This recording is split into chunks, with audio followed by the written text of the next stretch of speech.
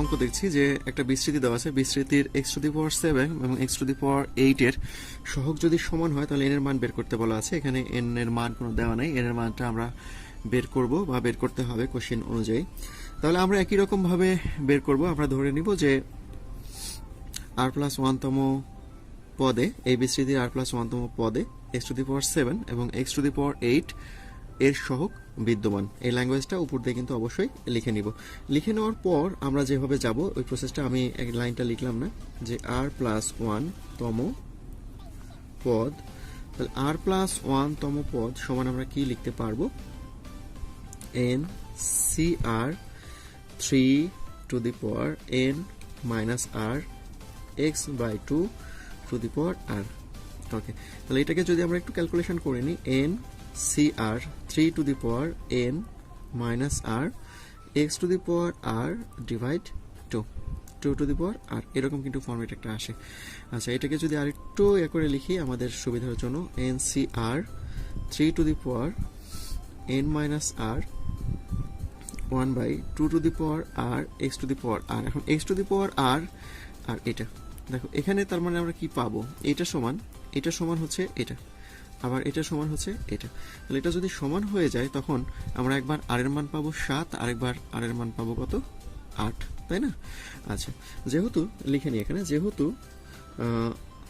r+1তম পদে x⁴ ও x⁴ বিদ্যমান, এটা কিন্তু আমাদের উপরে ধরা ছিল এখানে বিদ্যমান। তার মানে আমরা এখানে খুব সহজে পেয়ে যাচ্ছি যে r সমান, একবার পাচ্ছি r সমান হলো 7, কোনটার জন্য, প্রথমটার জন্য, আর একবার পাবো হলো r সমান 8, এটা কোনটার জন্য, পরেরটার জন্য।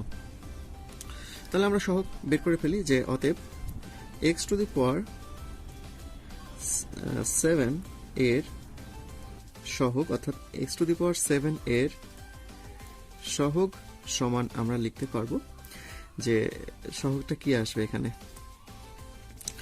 এখানে জাস্ট ভ্যালুটা আমাদেরকে বসে যাবে। তাহলে n c, আর এর মান তো 7, তাহলে 7, তারপরে হচ্ছে 3n - 7 1/2 এই পদটা কিন্তু বাদ হয়ে যাবে তখন। এবং x⁴ এর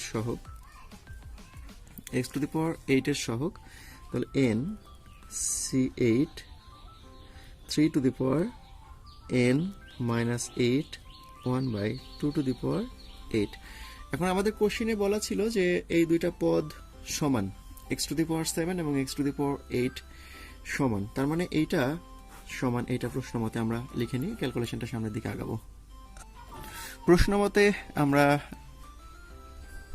প্রশ্ন মতে লিখে নিলাম। তাহলে প্রশ্ন মতে নিয়ে আমরা এখন ক্যালকুলেশনটা করব উভয় পাশে। তাহলে আমরা n এর একটা মান কিন্তু পেয়ে যাবো। তাহলে n ফ্যাক্টোরিয়াল, NCR এর সূত্র প্রয়োগ করছি, 7 ফ্যাক্টোরিয়াল n - 7 ফ্যাক্টোরিয়াল, এখানে 3n, তাহলে 1/2 equal to n factorial 8 factorial n - 8 factorial 3n, তারপরে 3 - 8 1/2 এটাকে ক্যালকুলেশনটা সামনের দিকে এগিয়ে, উভয় পাশে আমরা 3n দ্বারা ভাগ করলে এটা বাদ হয়ে যাবে। ওকে, আবার n ফ্যাক্টোরিয়াল দ্বারা যদি ভাগ করি তাহলে এটাও কিন্তু বাদ হয়ে যাবে। তাহলে বাদ হয়ে গেলে যে জিনিসগুলো থাকে সেই জিনিসগুলো আমরা লিখি এখন। n - 7 ফ্যাক্টোরিয়াল, এখানে এটাকে যদি একটু সূচক প্রয়োগ করে লিখি তাহলে 3 হবে, 2 হবে, equal to 1/8 factorial n - 8 factorial 1/3 আবার এখানে আছে 2 তাহলে ক্যালকুলেশনটা জাস্ট একটু সামনের দিকে যদি এগোই, এখানে দেখো আছে 7 ফ্যাক্টোরিয়াল, এখানে আছে 8 ফ্যাক্টোরিয়াল, তাহলে বড় হচ্ছে 8 ফ্যাক্টোরিয়াল, এটাকে ভাঙতে পারি। আবার এটা বড়, তাহলে এটাকেও ভাঙতে পারি আমরা। তাহলে সেটাকে যদি ভাঙি তাহলে আমাদের কিন্তু একটা রেজাল্ট কিন্তু আমরা এখানে পাবো। তাহলে 7 ফ্যাক্টোরিয়াল n - 7, এটাকে যদি কমিয়ে নিই তাহলে n - 8 ফ্যাক্টোরিয়াল হবে। আর হচ্ছে এই যে এই জিনিসটাকে যদি আমরা বাম পাশে নিয়ে আসি তাহলে কিন্তু গুণ হয়ে যাবে। তাহলে 3 2 বাম পাশে নিয়ে আসলাম এটাকে, তাহলে 3 7 2 two the power 7 equal to, এখানে ভাঙতে চেয়েছিলাম 8কে, 8কে ভাঙলে 8 এরকম ফরম্যাট আসবে, n মাইনাস 8। দেখো আমাদের ক্যালকুলেশনটা কিন্তু খুব সহজ হয়ে গেছে। তাহলে এখানে 7 ফ্যাক্টরিয়াল, উভয় পাশে 7 ফ্যাক্টরিয়াল দ্বারা গুণ করা যেতে পারে, উভয় পাশে এটা দ্বারা গুণ করা যেতে পারে, তাহলে এগুলো সব বাদ হয়ে যাবে। তাহলে বাদ হয়ে গেলে থাকবে n মাইনাস এখানে 7। এখানে দেখো সূচক প্রয়োগ করা যাবে, যদি সূচক প্রয়োগ করো তাহলে কত রেজাল্ট আসবে, 3 8 মাইনাস 7 2 8 মাইনাস 7। নিচে কিন্তু কিছু থাকছে না, এখানে কিন্তু কিছু থাকছে না, তাহলে এখানে কিন্তু থাকছে 1/8, জাস্ট একটাই ভ্যালু। ওকে, তাহলে আমরা এখানে পেয়ে যাচ্ছি যে 1/n মাইনাস 7 আছে, তাহলে এখানে পাচ্ছি 3 আর এখানে পাবো 2 ইকুয়াল টু 1/8। যদি আর গুণ করো তাহলে কত হবে, এখানে 3 দুগুণ 6, 6 6 আসছে 48, তাহলে n মাইনাস 7 48। তাহলে এখানে যদি আরেকটা লাইন ক্যালকুলেশন করে ফেলো তাহলে n এর মান আমরা পেয়ে যাবো, বলছেন। এখান থেকে কিন্তু খুব সহজেই কিন্তু আমরা n এর মানটা বের করে ফেললাম। এই অঙ্কটা কিন্তু অনেক বেশি গুরুত্বপূর্ণ, তাই তোমরা অবশ্যই যখন অঙ্কটা করবে গুরুত্ব দিয়েই করবে। এই ধরনের অঙ্ক বইতে আরও কিছু আছে, তোমরা চাইলে করতে পারো।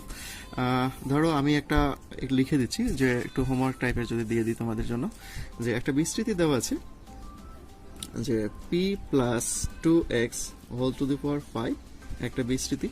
এই বিস্তৃতিতে এক্স কিউবের সহগ, এই বিস্তৃতিতে এক্স কিউবের সহগ 320, এক্স কিউবের সহগ মনে রাখবা, এটা একটা বিস্তৃতি, এই বিস্তৃতিতে এক্স কিউবের সহগ 320 যদি হয় তাহলে পি এর মান কত, পি এর মান কত, তোমরা ম্যাথটা করবে বাসায়। আজকের ভিডিওটা আমি এই পর্যন্তই শেষ করছি, এটা খুব বেশি বড় করছি না, খুব ছোট একটা ভিডিও তৈরি করছি। ওকে, সবাই ভালো থাকবে, সুস্থ থাকবে, বাসায় মনোযোগ দিয়ে সবাই পড়াশোনা করবে, প্রত্যাশা থাকবে এটা। ধন্যবাদ সবাইকে।